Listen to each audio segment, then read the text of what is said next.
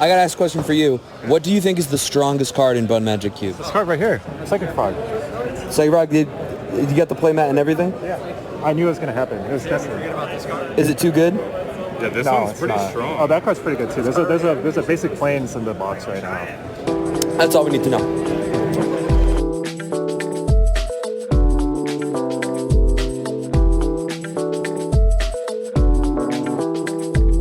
Great. Then we are, in fact, doing it. And by it, I mean another episode of Lucky Paper Radio. My name is Andy. Oh, Anthony's mic's not turned on. Hold on one sec. Oh, that makes more sense. I couldn't hear myself in the monitor. I guess that's literally what the monitor's for.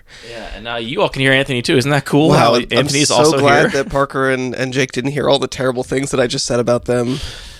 Anyway, it's another episode of Lucky Paper Radio. My name is Andy. I'm here as always with my co-host Anthony, totally here, Maddox. I'm here as always, completely. 100% here. This is a special episode, though. We have not one, but two esteemed guests. The first is the number one most returningest guest of all time to Lucky Paper. In fact, I forget to refer to him as a guest because he feels like he's just part of the regular crew. We got Parker, Cascade author Lamascus. Hey, yeah, I've got a new little writing gig going on along with a lot of really talented collaborators. And yeah, I just keep coming back. I'm like a blood ghast or mild illness, allergies, seasonal. I think you're like a good thing. He keeps coming back. Like, oh, okay. I guess good Quick, things. name a good thing. I guess good things tend to not keep coming back, huh? Holidays. The first tulips of spring. Beautiful. Oh, how nice. But that implies more of a schedule than you're on. You kind of pop up whenever you feel like it. Well, we got Parker on along with another esteemed guest, first-time contributor to Lucky Paper, unless I am mistaken, and that is Jake, a.k.a. Deinonychus, a.k.a. the designer of the Bodleian Cube. What's up, Jake? Not too much. Really excited to be here. Thanks for having me on. And I was really curious what your nickname was going to be for me, but that was a good choice. Sometimes I have to actually explain who people are, and they don't get a bad nickname. I'm sorry. I could have tried harder. I like it. After that intro to Parker, I was a little nervous. So Jake, literally an 8-foot-tall dinosaur, Deinonychus. Is that all big Deinonychus? I thought they were way smaller than people always think. No. Deinonychus is the one that is what the Velociraptor in Jurassic Park looks like, right? But even then, isn't it still like 4 feet tall? I don't know. There's a model of one in Philadelphia that I saw, and it was pretty big. How big is a Deinonychus? they're give or take human height, obviously much bigger because they have a long tail, etc. But bigger in the Y-axis. Yeah, you are correct that the Jurassic Park velociraptors were modeled off of a Deinonychus. Because velociraptors are like 2 feet tall. They're basically chicken birds. Size. You could just kick those, drop kick them off the island. We've got the brain trust assembled here on this episode because the topic, which is actually suggested by Jake in response to my whinging about the Bun Magic Cube in the Cube Talk Discord, the subject is designing an Eternal Cube in 2026 and or powering down your Eternal Power Maxed Cube, because Parker, myself, and Jake all have cubes that I think began as spiritual follow-ups to like the vintage cube. They began in an era of cube where there really wasn't a lot of ideas of what cube could be other than the most powerful cards in a given restriction. And all those cubes have evolved quite a bit over time, but I think we all would still kind of identify them as like vaguely power max. Is that true, Jake and Parker, for your lists? Definitely true for the list I have online. I've been piloting something significantly lower power in person, but it's a secret for now. A completely different list, or you've just been toying with some adjustments? It's the same list, just like really powered down, such that I'm not sure power max is a good adjective anymore. Jake, would you describe the Bodleian Cube as power max, or do you feel like that is not a good descriptor? I don't think I would anymore. I think you're right. In this era that I think we all got to sort of know each other online, it was this really awesome experience. To every single set we talk about, well, what are the cards that are going to go in this style of cube that we're all curating? But as I look at new sets, and not just because I'm not adding cards from some sets wholesale at this point, I find myself looking at some of those cards that I think a few years ago I would have been really excited about and just not feeling like they fit my design goals for the list.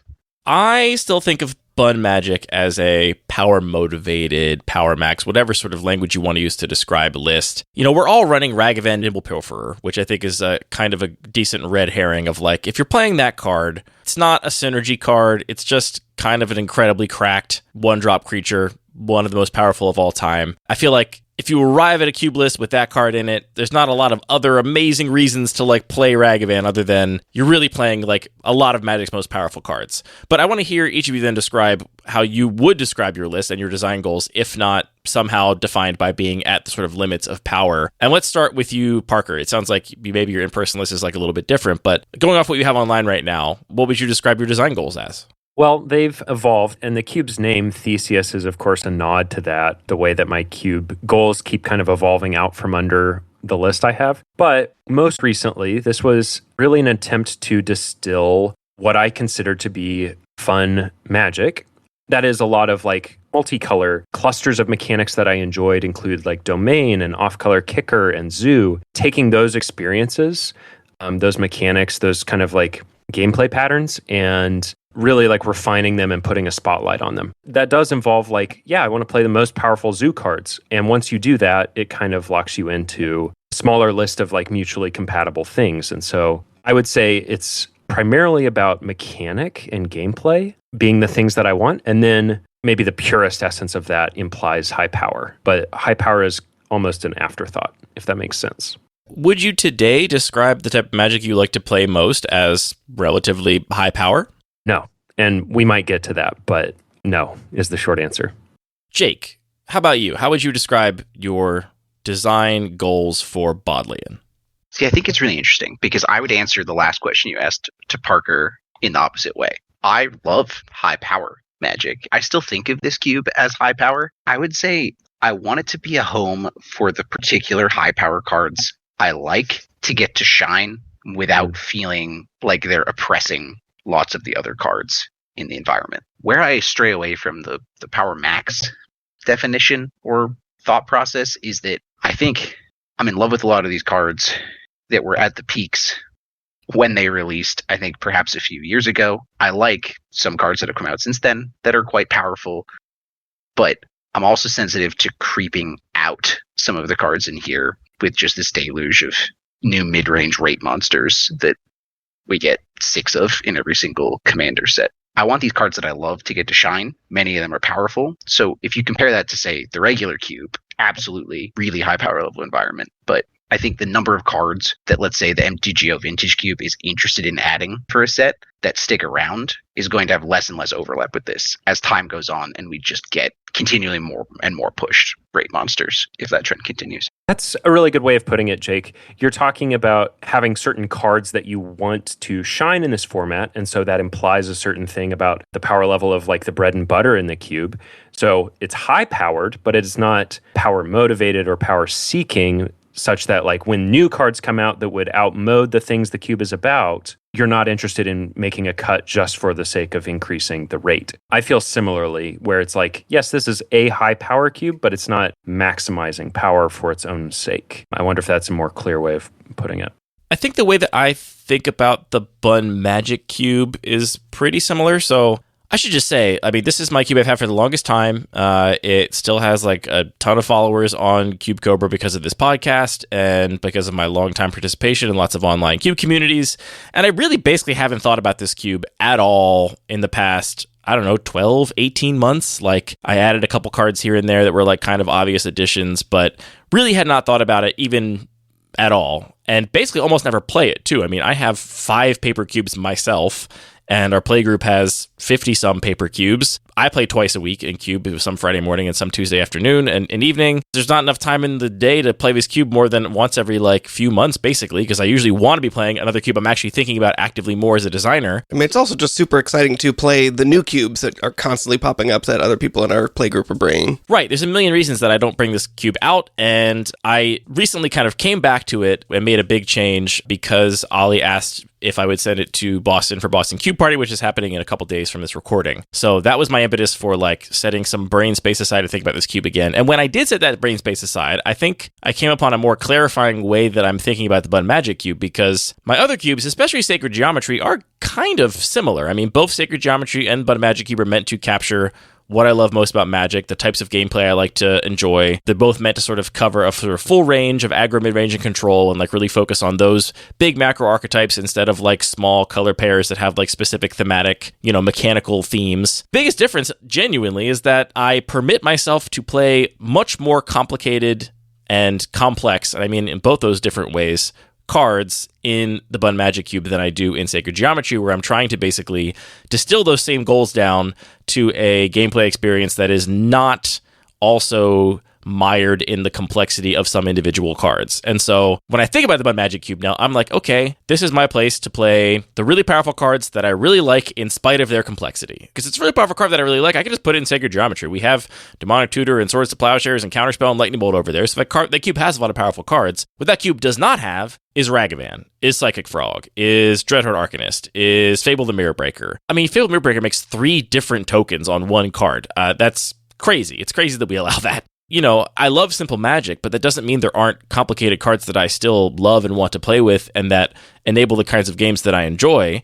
And so Bun Magic for me is really just a haven for complexity, where it's like, here's the one place where I'm going to say, you know what? Yeah, I've got 60 different tokens and, I'm willing to have there be a big, word salad card people have to read to like understand and parse that isn't like easily shortcuttable.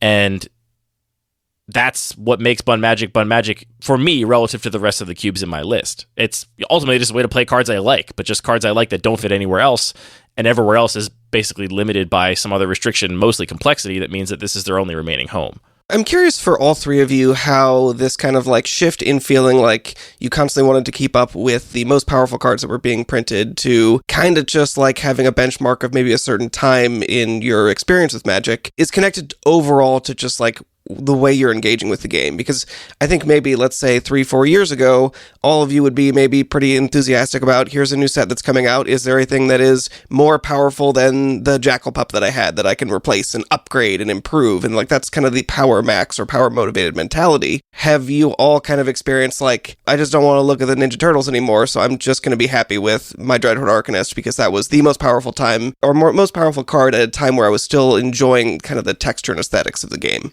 You're suggesting we're all boomer cubes? It's just that yes, yep. Jake is a boomer cube for like last week because his cube is only like 4 years old? Yeah, no, I mean, that's the question that I'm asking.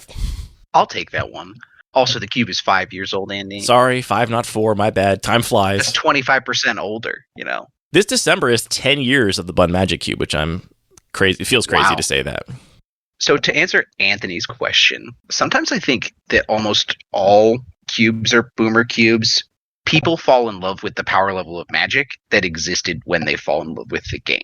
There's a subset of people for whom that's not true, but I think for me, what it really came down to is I thought all these cards were so cool when I started playing Magic, and I got invested in them, and I really liked playing with them. And for me, it was, I think, Modern Horizons 3, where between 2024, when I put some of those cards in my cube before they even came out to play in California Cube Champs, to now, I've just cut most of them. Most of them have just made other things that I want to be good in the cube feel silly to do. And over time, having realized that recontextualized my relationship with those new cards. Even in the sets that aren't Ninja Turtles, I look at them and I say, who's putting a sacrifice deck together in my cube if there's 6 cards like this, which just go wild? For me, Anthony, I think it was actually Oko. I remember Fire Design 2019, end of 2019, Strixhaven comes out.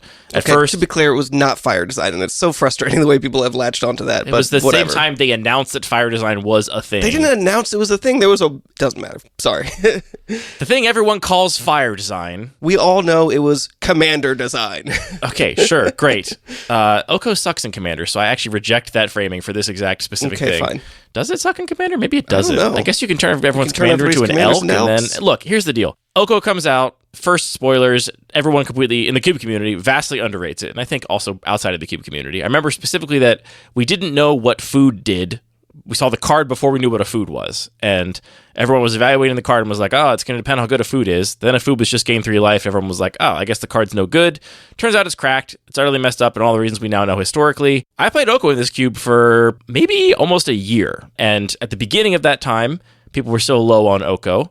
and then it became clear Oko was broken, and then it became clear Oko was kind of a problem, and then I eventually cut it because it was just too much of a problem. And that was the first card I can remember cutting, not because, but prior to that, there certainly were powerful cards I didn't play, but it was because I sort of identified them to have actively toxic play patterns. It's like, okay, I don't want to play Armageddon or whatever. Choose your sort of card like Armageddon. Like Winter Orb probably would have been good, but Winter Orb was not in this cube. I mean, it was very, very long time ago, but not in this era of sort of, power optimizing I'm talking about.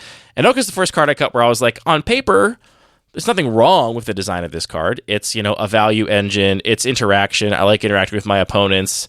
I kind of like a snowballing 3-mana value threat you can protect and like carry on to the end of the game. But it just does all that stuff too much, and I'm going to cut it because it is just too much now what the cube is about. Like, the cube is now becoming entirely about who's got the Oko, and like that's an important distinction in the draft, and blue-green is the most desirable color pair all of a sudden, where no one was drafting it before, and only one card has changed. And that's the first time I remember, like, kind of making a non-power optimized decision about the cube that wasn't specifically because I find this card, personally detestable and the play patterns to be toxic. It was just because the card is really strong, and I didn't want it crowding out other cards that I kind of liked more.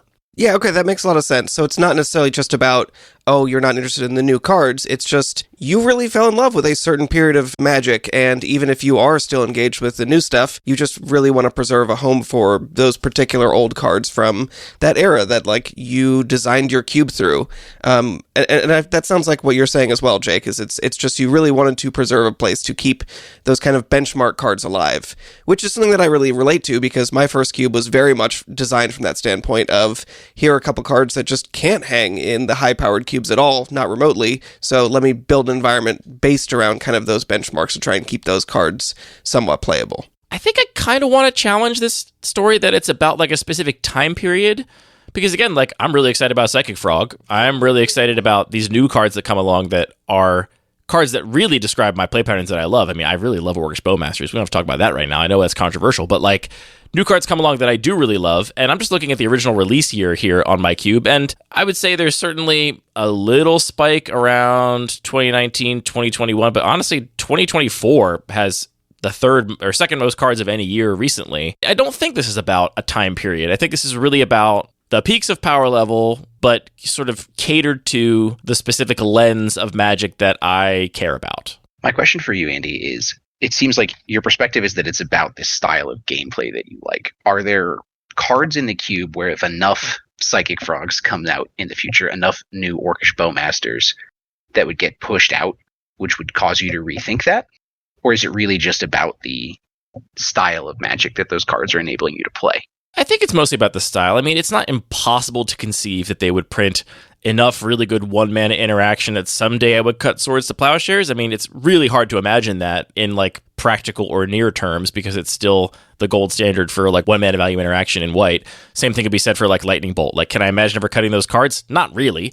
But it's also not a place where I'm like, this will always, no matter what, be a cube for Lightning Bolt and Swords to Plowshares. This is just the cube where I want you to be able to chain the most spells together after you resolve Monastery Mentor or whatever, and just, like, have the most high-octane, high-tempo, many game actions, lots of decisions type of gameplay. There are certain old cards that, yeah, I imagine this will always be a place for Young Pyromancer because of that. That's a card that's more conceivable to be, like, pushed out on power level. But I'm currently also playing Third Path Iconoclast and other, like, better Young Pyromancers alongside of it, and it's still pretty far from, being outclassed by other options. So, yeah, I don't know. It really feels about the style to me. Would you say the same is true of Bodleian, or are there cards you're like, no, I can never imagine under any circumstances cutting these dozen cards because that's, like, the whole reason for this cube existing?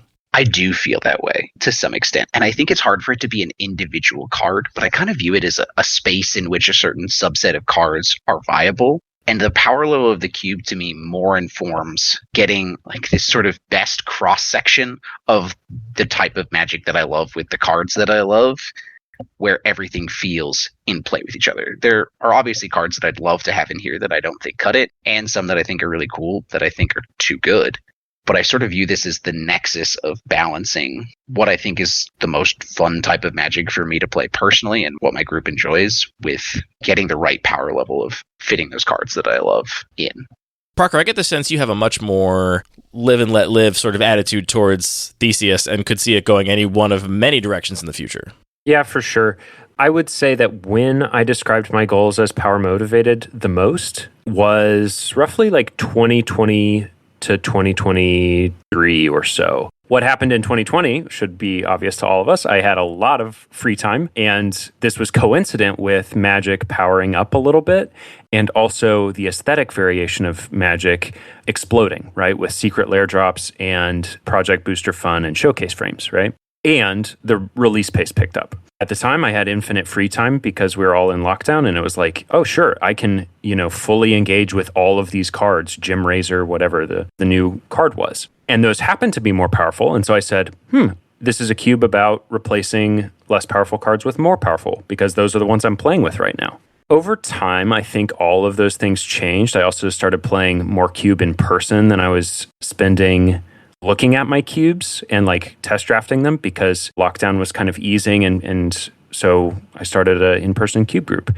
So as those things happened, that increased release pace and the kind of aesthetic variation in Magic and the continually increasing power level, all of those things made me aware that I was actually not pursuing power after all. I was all along pursuing cards that I enjoyed playing with. It's just from the period of 2020 to 2023, those happened to be the powerful new cards. Now, it is not the powerful new cards. It's the cards from before. It is pretty flexible. I do have other cubes, which is another big factor, is like my design energy gets to go other places now.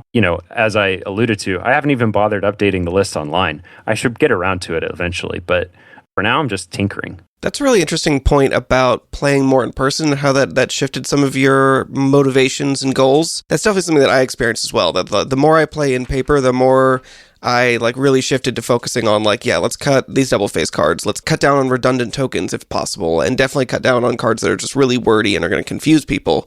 And I wonder if that's a big force among the cube community that has become more of a community of people that are playing in, real space with each other and not just spending a ton of time tinkering with lists. I'm just kind of thinking out loud now, but I wonder if the increase of local cube events has also kind of changed the status quo, because now you can attend a local cube event every quarter or whatever, however often you want to, and there will be lots of really high quality, high power, cubes, power motivated cubes, whatever. And then in my local group, there's a lot of cubes, many of which are high power, and they're all excellent. And so I don't feel like I need to, be my friend's opportunity to play with powerful cards. They already get plenty of opportunities. I'm free to do something a little weirder. And in fact, if I want to differentiate myself in my play group, it helps to do something a little weird. Yeah, that's such a great point. And I wonder, that's the experience that I had when I built my first cube, was we already had the high-powered cube in the cube group, so I was going to do something different, because trying to do the same thing didn't make any sense. And I feel like you're right that now that there are cube events, every event is trying to have a variety of things, not just here are a dozen legacy cubes. And Ollie would say that they actually had trouble getting, the reason that they asked me to include Bun Magic is they were like, no one submitted normal cubes. They were like, I want some normal cubes, and nobody submitted them, so will you please send Bun Magic? That's interesting. But that's Boston's problem. Even if most people are not able to attend these kinds of events, that kind of need for diversity and need for having a hook and a thing to explain your cube that isn't just it has the most powerful cards in it, has sort of rippling effects that shake out into the broader cube community. The four of us also have such a specific and unique experience of being so deep in the cube world, both in terms of local playgroups and online spaces. I have to remind myself that one of the, if not the driving factor, the reason I built my first cube was I really want to play Lightning Bolt. I play Commander, Lightning Bolt sucks, and I know Lightning Bolt is a good card. I don't want to play Constructed Modern or Legacy because it costs $1 million, and I wouldn't even be any good at it anyway because I wouldn't be willing to give the time to actually do it. I just want to open Lightning Bolt in a pack or Source Splashers in a pack and just play it. That was so much of the joy of my first cube drafts was I get to play this iconic, powerful card. And there's so many people for whom that is still the case, or for whom the players that they are trying to convince to play with them, that is the case for them. The idea that they could cast these iconic cards is really something that is meaningful. I think that is a big reason why so many people do start their cube journey, as it were, at a place of some sort of power motivation. I think that's a great point, Andy. One of the things I had hoped to get a chance to talk about here is sometimes I think those of us who are deep in the cube community tend to view all of the cubes we're aware of as this sort of menu of options. And so people submitting cubes to cube events think well, I don't want to make an Eternal Cube because there's already, Bun Magic, etc. in that space, and those can be at this event. So I want to make something that kind of feels different. But in reality, I think the majority of the cube that's being played isn't at these events, and it's not even by people that any of us know from deep in these cube communities. And that's a totally different design need.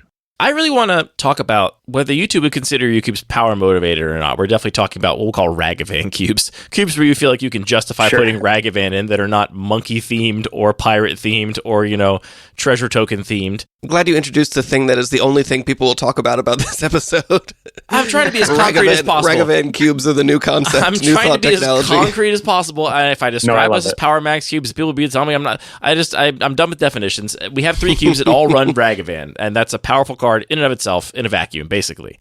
I have been on record of saying some critical things about power maxing, especially blindly power maxing. I was reading through this article on Hipsters of the Coast that came out today that was all about Cube Dungeon Con and the, world of like grassroots kind of community-led small Magic events and, how special they are.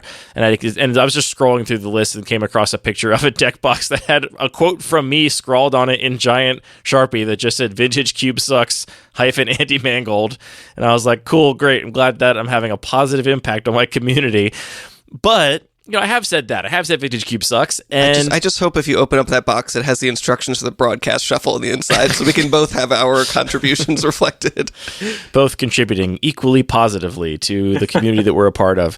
I think there's a lot of virtues to playing at the highest power levels or very close to the highest power levels. And those are that you do get to kind of do the thing you want to do at the most high octane, which is fundamentally more exciting. I mean, you had this revelation with the Turbo Cube, Anthony, where you were frustrated people playing powerful cards and wanting to play powerful cards instead of unpowerful ones, and you're like, screw it, I'll make these other cards powerful. Are they fun now? And everyone was like, yes, these are fun now. Now I'm having fun with Guild Globe. It's really fun. I will enjoy Guild Globe for free. Thank you. It is fundamentally fun to take a bunch of game actions and do powerful stuff in the game. And so there's some amount of that is really essential and you can't deny. It's undeniable about the way that the cards work mechanically. I also think that I've found designing cubes at a wide variety of power levels that at a really high power level, there is so much more natural possibility for comebacks because the individual cards are more powerful, where you get behind on board and you draw one card and everything kind of turns on a dime. And playing at lower power levels, I find that is not the case. It is oftentimes something you have to consciously think about is how decks are going to come back from behind because they're not simply going to just draw cards that are individually powerful enough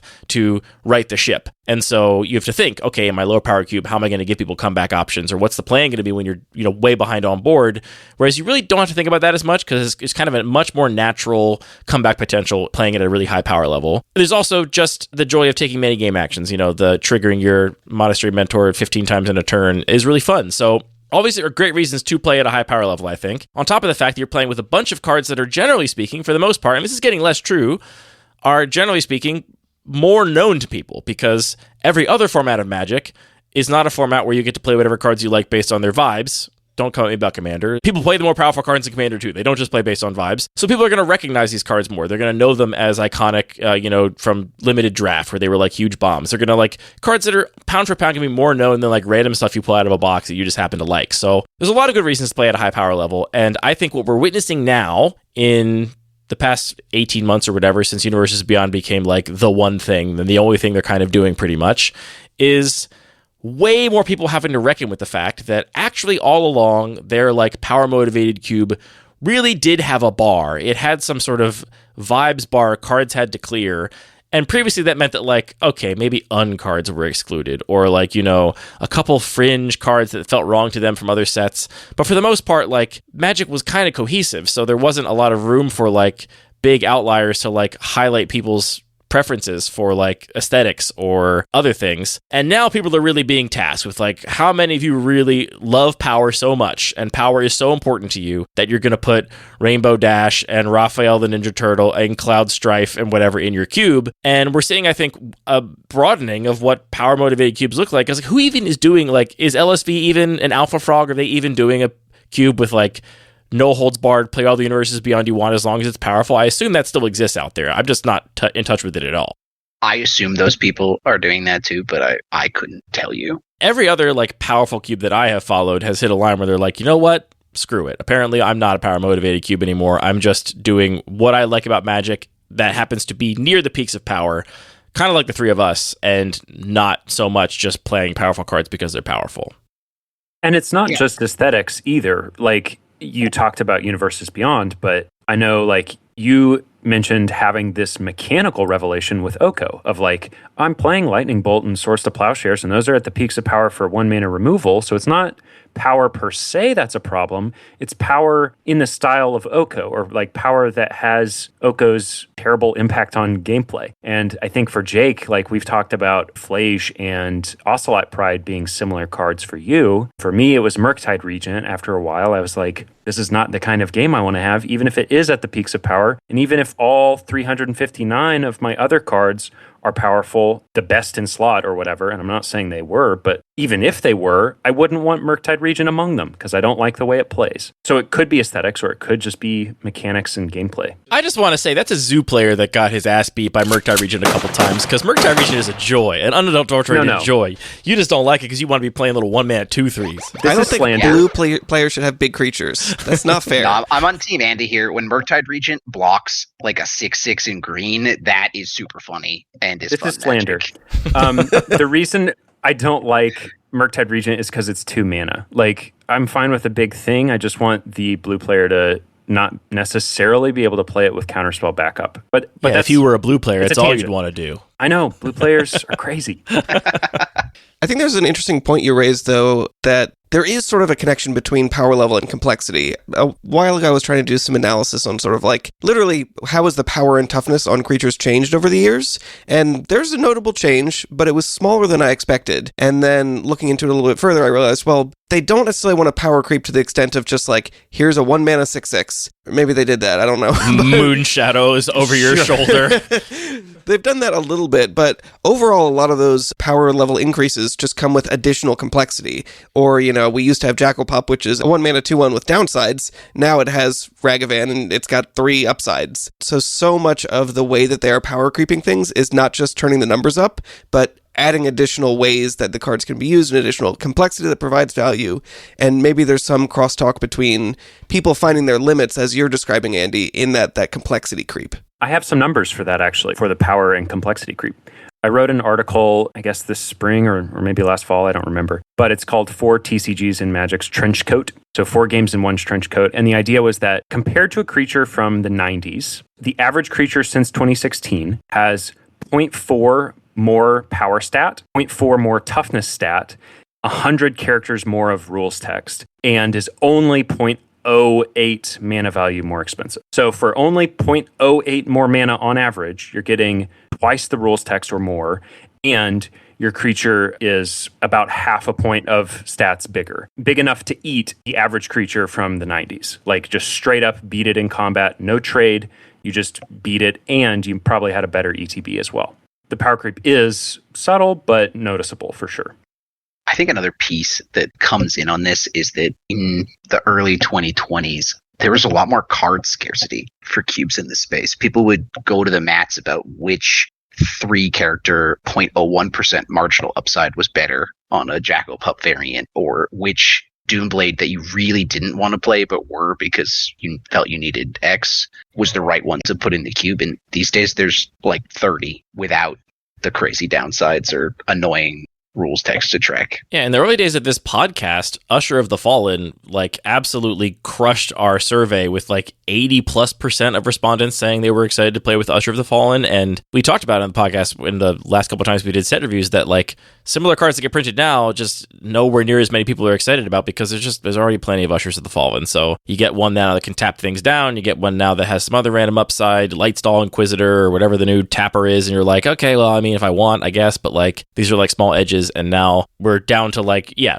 what's the point in litigating the like finer lines between like which of these 12 2/1s with upside are like the absolute most powerful 2/1s with upside versus just saying like, well, yeah, these are all close enough, so I'll take the one that I like, you know? Yeah, there are, I think, roughly 13 Jackal Pups now, with some of them downside, like Fire Drinker Satyr, and some of them upside, like Imbereth Veteran from a couple sets ago. Yeah, and it's like, which 360 card cube wants 13 Jackal Pups? You don't have any room for, a Grim Lavamancer or a Dragon's Rage Channeler. Which are also just better than Jackal Pup. Right. None of us are doing that. And so I think it's been the case for a long time, actually, that there are more than 360 cards that are as powerful as each other at the peaks of Magic's global, like, all-time power, plus or minus some rounding error and some synergy context. Like, if you happen to play a little more artifacts, then you might be interested in the artifact version of the Jackal Pup. And so it's just all rounding error at this point. Just pick one of the 13 almost at random, or if you feel like thinking about it hard, think about play pattern instead of power level, which is where I've landed. And I think that's a cool space to be, right? I think it's really cool to say, oh, well, I really care about, this, call it a theme, a package, an archetype, whichever one makes you the least mad in my cube. I'm going to lean into these ones. And that's going to give me this little flavor that makes the cube unique. Parker, you have a couple of cubes in the old stable. If, you're invited out to a cube night and they say, we're going to play whatever cube you want, Parker, your choice. What cube do you think you're reaching for most often of your own in terms of like the one you most want to play? I think it's honestly the one that I didn't play the most recently. So like the three that I have ready to go are Theseus and Atavus and Pulp Nouveau. And I'm likely to just cycle through those. You're hitting us with the I love all my children equally? I do, kind of. It also just depends on vibes. Lately, I've been on a Theseus kick. I haven't played as much Magic in the last year, just life stuff. And so Theseus is like a warm blanket kind of thing. So that's probably the one I would reach for like today. But if I drafted 2 days in a row, I might pick something else. Jake, you've got a couple cubes, but I think my impression is that Bodleian is very much your like ride or die. If you're like, can draft whatever cube you want. Is that the one you're choosing? I think so, yeah. So for my group, having some drinks, a little bit of food, get together, draft the cube. That's, peak Magic experience for me. Although I do see to the group, and we have been breaking out midwinter more and more lately. It's not close to overthrowing Bodleian, but I do think it's becoming a greater percent of what we play out of my 2 cubes. And I ask because the thing that's changed most about my cube play in the past couple of years is that I just reach for Sacred Geometry now. I keep it in my bag almost all the time. That's my like default, and that's the Magic on any given night I am most likely to want to play. Now, if I've recently made some changes to like 100 Ornithopters, or I'm designing a new cube like Take 5, maybe I'm more excited to like try something new, but like my default is for sure Sacred Geometry. And what I found in that cube is that I get so much of the joy that I get out of playing with the cards in Bud Magic Cube. Like, there's so much overlapping cards included, and there are things I can't include to like adhere to my, complexity budget basically, but like I get so much of the exact same satisfaction and joy and none of the grief of like picking through the token box or having to like deal with some weird rules interaction that like no one knows how it works or whatever. And that also says a lot about, I think, how we play Cube in Baltimore. We have a big play group, and like last Friday was a good example of I had Sacred Geometry in my bag. It was my default. Friday mornings we play Cube now at a local like coffee shop basically, and no one else brought a cube that day, so we broke out Sacred Geometry, and then we ended up playing with a random 11-year-old who was just there. And I was like, I'm so glad I have Sacred Geometry, because that just means that if you're an 11-year-old that has played some MTG arena and has played a little bit of Commander, which is what the case with this person was, then you can kind of just pop in and just do it, and it's fine, and it just works. Knowing that we have that flexibility and like anybody can play this cube means that it's what I'm always putting in my bag, and I'm like no less happy playing it than I am playing Bud Magic. Oftentimes more happy, because I don't have to worry about some weird trigger I wasn't thinking about, or like keeping track of all that complex board information. But that really highlights the distinction for me of like, all right, when is the time we really want to play with Psychic Frog, or when is the time we really want to play with Orcish Bowmasters, or whatever insert card here that is too complicated or fiddly to make it to Sacred Geometry, but is a card I still really like the play patterns of. For me, it doesn't come up that often. There's not a lot of times where I'm like, this is really what I'm craving.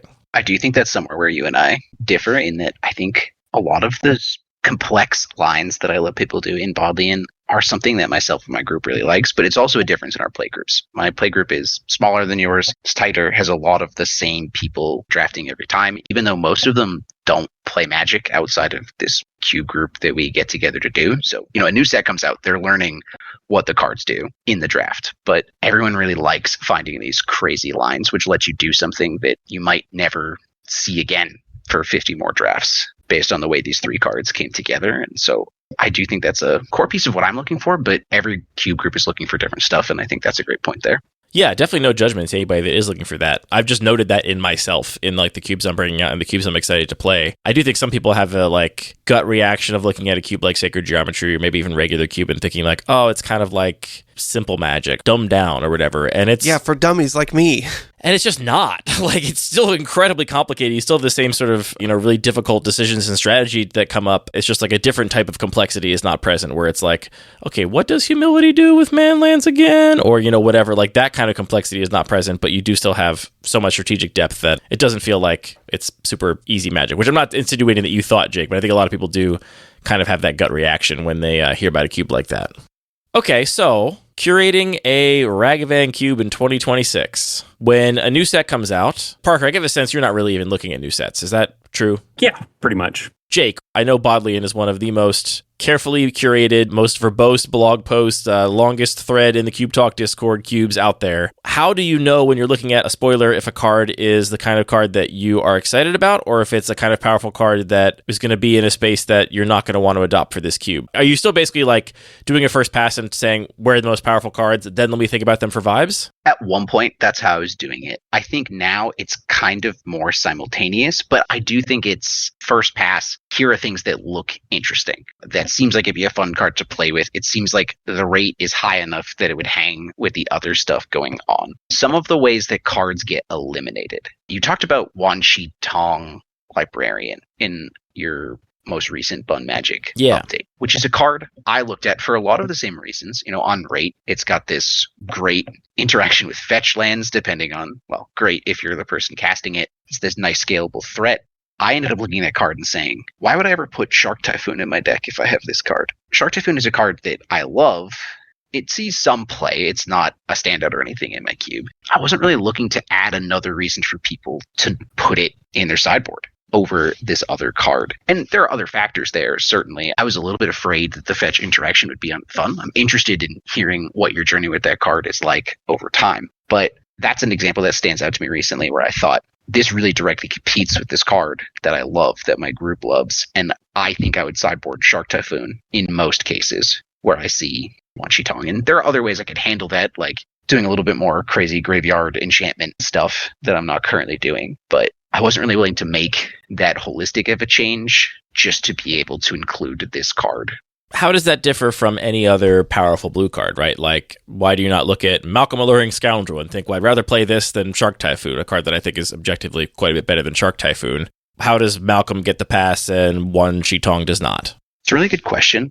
For me, Malcolm plays into a couple other themes that I'm looking for. It's cheap for the ninjas. It lets you discard stuff for the decks that care about that. Malcolm has a couple of those things going for it on theme, which ties into other decks. In some respects, I felt like Wan Shi Tong was just kind of there to be a powerful blue threat. And one of the ways that I think I've adjusted some of my perspective is I tend to avoid that, where it's pushing out other cards that perhaps do a similar thing, right? Like Shark Typhoon's not leaning into that many angles in the cube. It's just a card I have a lot of fondness for. And so it felt very one-to-one in that comparison, while Malcolm has some other stuff going on. I'm not sure I quite understand that either, because I think I see what you're saying, that like Wan Shi Tong doesn't speak to a specific strategy. It's not like, put me in your deck and I'm going to do ABC when you surround me with a certain type of card. It just is like a lot of rate, and your opponent's at some point going to try to search their library, and you're going to get a lot of value, and you have the flexibility of being able to cast it at any point in your curve and at instant speed. Like, it's just a super flexible card. Is Shark Typhoon not the same thing? Like, what is it that draws you to Shark Typhoon as something very unique?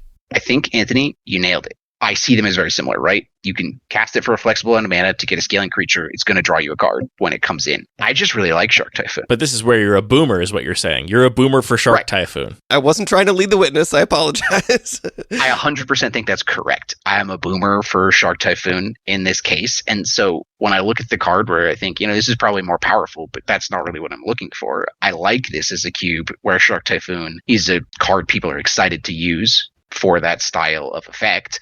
And so I don't really want to put something more powerful than it. So genuine question, let's imagine a hypothetical alternate universe where you didn't start cubing until 2025 or 2026. Do you think you would not be playing Shark Typhoon and would instead be playing Wan Shi Tong? I think there's a reasonable chance that is absolutely what would happen. I fell in love with a lot of these cards, putting a lot of reps in with them. I love the magic that's there. I think if I didn't have that context of these cards and instead started playing kitchen table Wan Shi Tong in 2026 and then eventually went on to build a cube, I would have affinity for it, and it likely would be in. A very sage and self-aware answer, I think. On the other hand, if I were to compare these two cards for my own like personal taste and aesthetics, Oh, here it comes. I think Wan Shi Tong is kind of like hard to read, hard to process. Like it's got an X, but then you got to divide by 2 and we're doing different effects. And how much does this triggered ability really matter? Whereas I think that as much as I really hate the aesthetics of fucking Sharknado, I do like the structure of the card being like, hey, mostly it has this like cycling mode, but every once in a while you're just going to cast this card and it's going to do this, like it has this sort of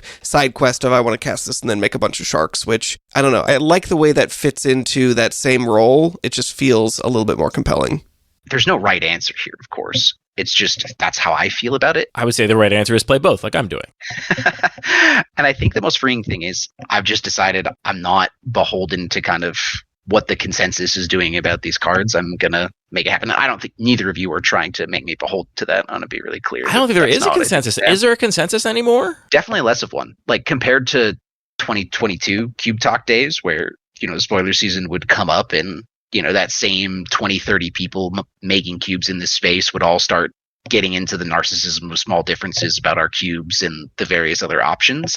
That doesn't really happen anymore, it seems. To be clear, it was always the case that there had to be a strongest card in your cube and there had to be a weakest card in your cube, and there has to be a weakest blue 3-drop if you're playing any at all. Like one of them is the weakest. And it has always, therefore, been the cube curator's job to ensure that the weakest card still sees play based on synergy or whatever, and the strongest card is still fun. That didn't change from like 2005 to 2025. Now we just have a lot more options, I think. Yeah, there's always been room for kind of interpretation, and even in the high power cube spaces, I think. What do you think the appeals are to playing in a powerful cube in 2026? I feel like I've shared some of those. I feel like Jake is living that truth by continuing to make Bodleian his, ride or die. You're kind of more tepid on Theseus, or it's one of your equally loved children that you love all equally, and there's no favoritism at all. What does, when you do feel drawn to playing powerful Magic, what is it about it that's drawing you in? It is true that I have not been looking at new cards. We don't have to get into why, but I have been looking at a lot of old cards or like existing cards, right? I'm not keeping up with spoilers. I muted that channel like a year ago and have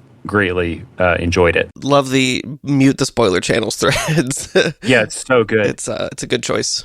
But when I look through old cards, I'm still doing the work of design. I am no longer thinking about, is this rare from Return to Ravnica block more powerful than Oko Thief of Crowns? Of course not. It's not. But what I am thinking is, well, how could I use this to like tailor the rules of engagement of my format? How could I make it more combat centric in a way that encourages bluffing or, dramatic combat steps that are not just like, oh, I swing with my true name Nemesis and you can't do anything again. But instead, how do I make sure like, oh, my creature's growing turn to turn and so is yours. And so there's this race that's like in this tension and it's evolving, and one combat trick could upset the whole balance, or removal spell. It doesn't have to be a giant growth. That kind of thing, setting the rules of engagement and saying like, oh, here my removal is super efficient. And so that changes the way that control decks interact with proactive decks because you're trading up on mana and down on cards.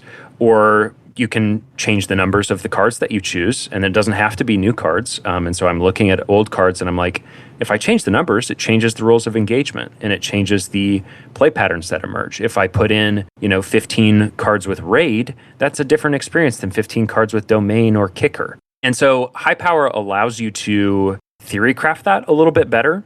If we're playing with like really weak or obscure cards that you've never played with and it's hard to know like just how bad is this downside or whatever the case may be, it can be harder to anticipate without actually getting the cards and play testing relative to a high power setting. And so I appreciate being able to play with Lightning Bolt because I know how Lightning Bolt plays and I know the way that it lines up versus, a 1 mana creature versus a 4 mana creature, and I know that 4 toughness matters a lot, and so I can do a lot more design work without actually having to get it to the table, which is really useful because there's a lot of cubes to share my attention with. To hit you with a Anthonyism, would you not also know how Open Fire plays the same way you know how Lightning Bolt plays? Is that actually a thing about power level at all? Not with the toy example of Lightning Bolt versus Open Fire. That makes a lot of sense. However, I would say, a 4-drop green threat, yeah, sometimes having some play experience helps to be like, oh, as it turns out, this ETB or this, ward is actually really important in the way that this plays. It's going to make it, a ward ability, for example, will make it way better against control. And I've played those games and I know that it matters. I think this especially comes up with, like, if you just pulled a random 4-drop from the new Marvel set, it's like, I don't know what any of those abilities would do in a gameplay. Like, and I'm not even sure whether the stats and the numbers make it so that the text on the card doesn't matter at all, whether it's just like a real stats beefcake and who cares what it says on the card. Maybe it's marginal. Maybe it's just a matter of like decreasing my cognitive load, but that matters. It's been helpful for me. I agree with Parker here in a lot of ways. And I think another way that these sort of eternal, or let's call them Ragavan cubes, I like that term, benefit the designer is that it's much harder to find yourself, especially on the earlier cube design phase, with a cube where there's a lot of garbage time, which I'll define as that point in Magic where both of us know who's 99% won the game, and we're just going through the motions to finish it out. I think when you've got Ragavan in the cube... Oh, you're describing average, time to concede. I consider that concession time. I'm borrowing garbage time from a Ryan Overturf podcast that I really liked about this, where I think in Ragavan space, the cards push the game to a conclusion. Now, that can be a problem in and of itself sometimes, but on average, games ending a little sooner than we would like, I find much better than games dragging once we're both pretty clear what's going on. I just don't like making players choose to sort of go against what they think is sort of their best odds of winning by getting stuck in this, I'm going to top deck 7 more times before you kill me, but we both know this is over. I don't think that's been my experience. I feel like a lot of really powerful cubes, especially cubes that are maybe more blindly power optimized without other sort of specific design goals, I find those games last forever because all the powerful cards these days are proactive threats that make a bunch of tokens. Like, that's like the most powerful thing they're printing the most of these days that I think all of us have had to have a very sort of like careful touch with in our own cubes. And if you're just putting powerful cards in, I don't think more power is going to end games more quickly. It's definitely possible I'm over-indexing on the specific cubes we're kind of talking about in this call from people who've been doing this for a long time and spending a lot of time doing it. I just find in a lot of cubes that lean in the other direction, especially at cube events, I see them going to time a little bit more and having this risk of, like, this person has gotten this overwhelming advantage and there's really no cards in the cube that can overturn that advantage, but we're going to kind of play it out to see if I can eke out the victory there, and that taking a long time. Maybe you'll only draw lands for the rest of the game, and if you cast no more spells, maybe if I draw perfectly, I can possibly get out of it. This just does kind of touch on the comeback potential thing I mentioned, which I think is very true. Like, I think when your deck is full of really powerful cards, you have way more outs in a situation where you're behind than if you're not. But to me, that is not, garbage time in Overturf parlance. If you have, 7 outs in your deck and you're like 4% or 10% or wherever to draw one of them, that feels like you're still just playing dynamic Magic. I agree. And I think that's a big benefit of playing in that space is that those top decks feel live and there is the ability for the game to swing back. And of course, part of cube design is deciding what situations people aren't allowed to swing back from because it would make games feel worse in other circumstances, which are a net negative for... No, let's all add deflecting palm, Jake. That sounds fun. And balance. I do like balance a lot. I will come with the defensive balance. Balance is a sick card, but it's not for every cube. In my cube with Greater Gargadon and Sylvan Safekeeper, I have Greater Gargadon specifically, I have a lot of concerns with how balance would play, so I don't play it. It's in 3 of my 5 cubes, and I love it in all of them. It is really cool. I had to mind twist myself yesterday to cast a balance that otherwise I was just going to lose in Hunter Ornithopters. I still ended up losing, but it was cool to be like, well, I guess I discard 5 cards, and you lose your entire board. I guess that's what we're doing. You heard it here first. Mind twist is cool. It's cool when you mind twist yourself by choice. It's all about consent, Anthony. Last time I played Bun Magic, I also got to use balance to mind twist, but my opponent cast it against me, and then I discarded my whole hand with Season Howlblade, and then put Luris in my hand, and proceeded to recast all those cards while they had nothing balance. In their hand. Cool, dynamic gameplay. I mean, they were the one who cast balance against me. So. Yeah, that's what I'm saying. Are there any specific points that either you, Parker, or you, Jake, had thought about, made notes on that you wanted to make sure we touched on in this episode? Yeah. Something I have thought about for as long as I've been doing cube design is a quote from Jason Waddell, who wrote for Channel Fireball in the 2010s. And who's now like a Slay the Spire YouTube star. Have you noticed that, Parker? Yeah, I have. It's really cool. I'm really excited for him. He like hit this vein of gold on YouTube and just is putting out videos now that are getting like 20 and 30 and 40,000 views. So good for you, Jason. Yeah, I stumbled on one of his videos just in the wild, like on a fresh YouTube account. Yeah, that's how you know it's good. But yeah, it was cool. Anyways, the quote is, make your cube about something. I think that has always been true for even power-motivated cubes. It was never enough to say, oh, my cube is just about the high-power magic, because it's then like, well, what do you mean? Is it storm, or is it stacks, or is it, whatever? Is it power or not power?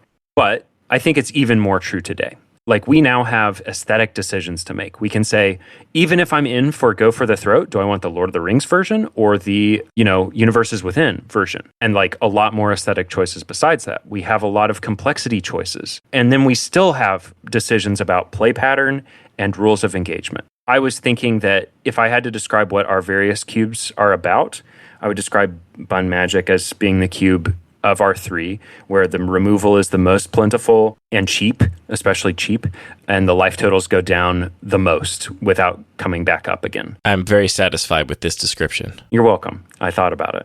I would describe Bodleian as a cube where it's more about relatively powerful mid-range threats that necessitate good backup plans, and so therefore synergy, as much as like having an aristocrat backup plan if the rate of your Ragavan isn't enough to get you over the finish line. And I would describe Theseus as the cube that maybe asks players to do the most work with their mana base, leveraging that to get more power and flexibility out of these powerful cards. Maybe those weren't always the explicit goals, but I think these cubes are all stronger because they're about something and they're not just about, well, I don't know, I just chose the best black 5-drop ever printed. Jason was already critiquing that in 2015 when he wrote about making your cube about something, and it's still the case now. As the guy that has just a regular cube, I'm a little bit hurt by this. Your cube is also about something. It was about choosing a really confusing name. Yeah, and it's about your pedigree.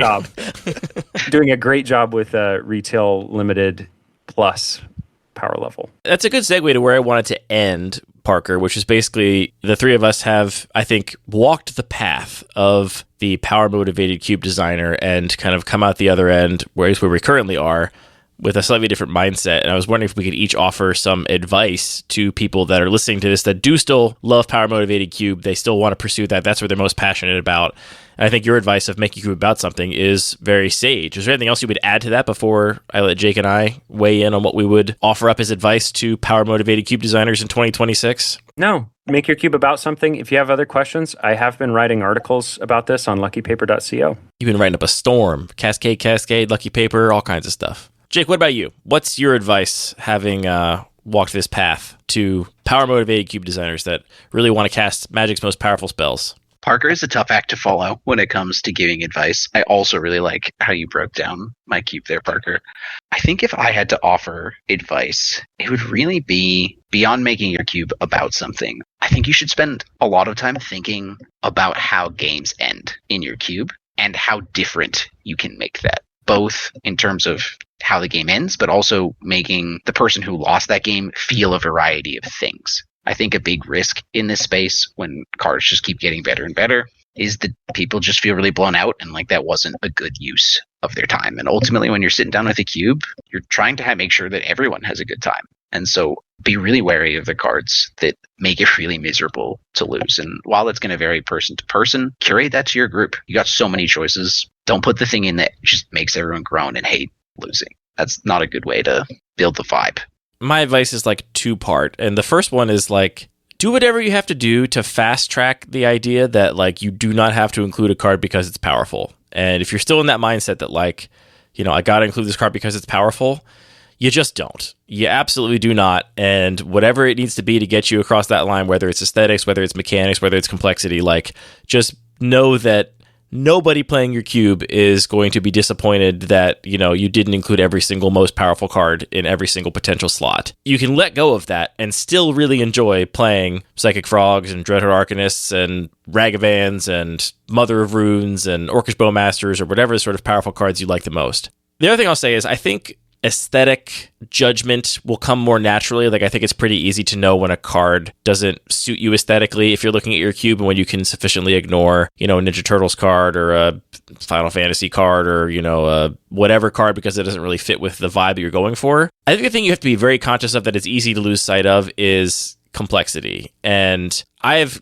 over the course of this episode, talked about how the Button Magic Cube is my one haven for certain types of complexity. It's the cube where I did not blink at including whatever that Inkwright guy that has repartee, caster... Informed Inkwright. Thank you, that one. I didn't blink at including that, even though it added another new token type to my cube, because I was like, it's fine. This is the place where you can manage another slightly different token. It's not the end of the world. However, I still have a pretty high bar for, like, not including cards with a bunch of nonsense rules text. Like, I was thinking about as we were talking, and I didn't want to interrupt the flow of conversation, but another card around the era of Eldraine that I eventually cut, not for it being too good reasons, but because I just didn't want to have to read it anymore, was Questing Beast. I put Questing Beast and Oko in my cube, then I was like, why this card? This is insane.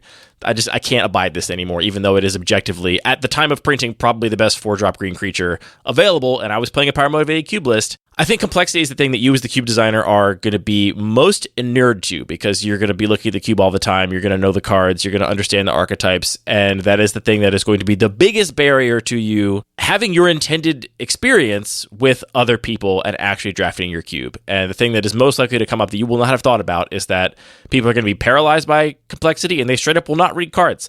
They'll just completely skip over them, and then they're not going to experience any of your brilliant cube design because they have completely shut off their brain for a portion of the cards because it is just too much to process. So even if you're playing at the highest levels of power, I would encourage you to pay attention to complexity and be mindful of it, because it will absolutely get in the way of you playing the types of Magic you want to play when other people do not have the context you have as the cube designer. That's actually my most common piece of design feedback. And I say design in heavy air quotes because mostly when I'm drafting somebody else's cube, I'm just like, nah, I'm not reading that. And Yep. I just say that out loud. And that's my quiet design feedback for them. Well, it's not quiet. It's not framed as feedback, and yet you are definitely giving it to them. Yeah, I think the point is usually conveyed. Now, I want to hear Anthony's advice.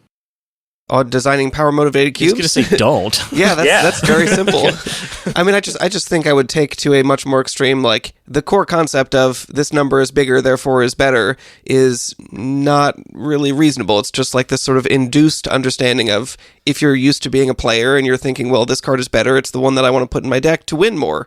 That doesn't apply when you're designing the entire world. Like, you're building the whole sandbox. The scale doesn't matter, but it's about how the components interact. So I do get the points that Andy made earlier about playing with cards that people are familiar with and, taking lots of game actions per turn. But I think that if we had full control over the design of the game, if we weren't just designing with these pre-created components of Magic cards, none of that would matter. It would all just be about, like, scaling arbitrary numbers against each other. So I would encourage people to free themselves even more if they want to. And that is, I think, fundamentally what you discovered with the Turbo Cube, is that everybody playing this game is a Magic player. They know what turn one in Magic is supposed to feel like. And so even though in a vacuum, if you reskinned it and, compared the Turbo Cube to the regular cube as like raw in a vacuum game design pieces, is it more fun game design to do 55 things before your opponent gets to do anything and maybe the game's just over? Of course not. But everyone that's playing a cube is a Magic player. And so they have all kinds of like baseline things programmed into their brain around expectations and intuition that it is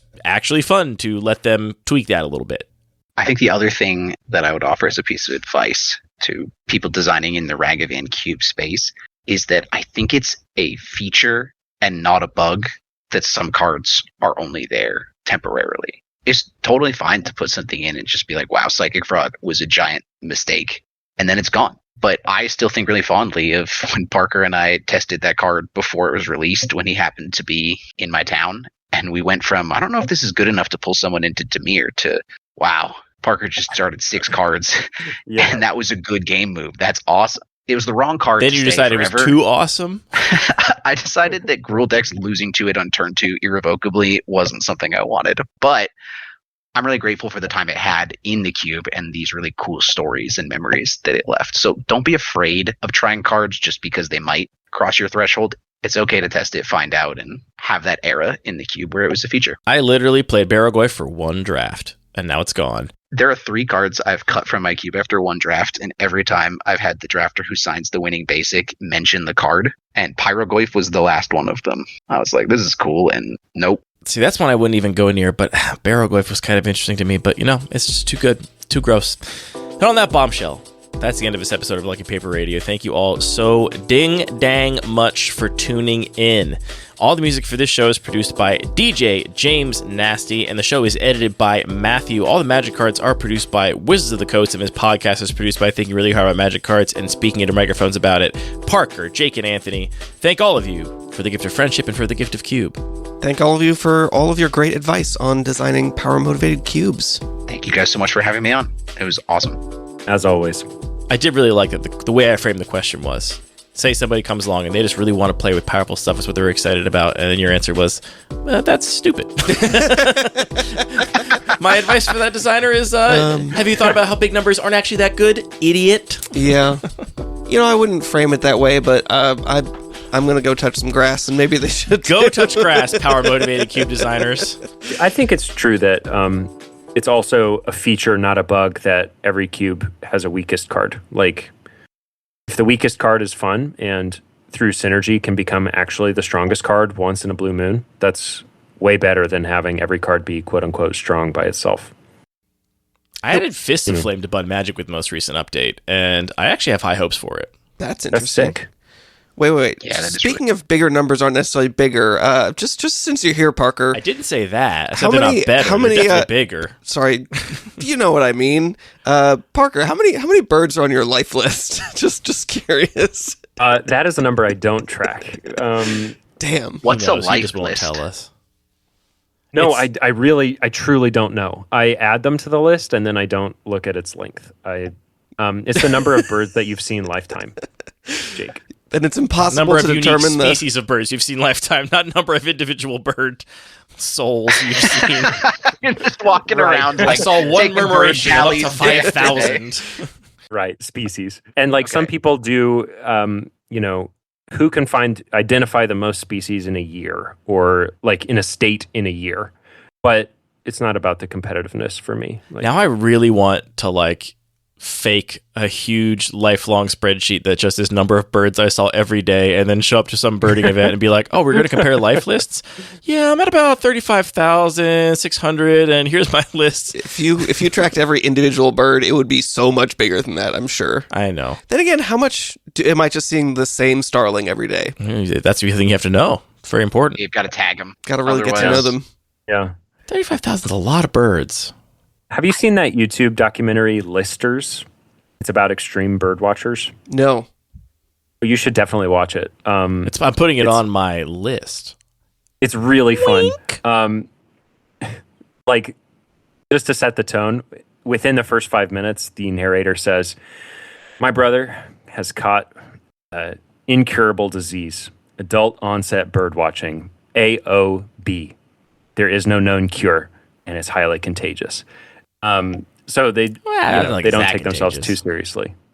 It's pretty contagious. Some people have a strong immune system. I will simply go touch grass. Andy's chugging vitamin C every night to keep the birding away. I don't have to try, brother. It's fine. They're cool, but I'm not that into it.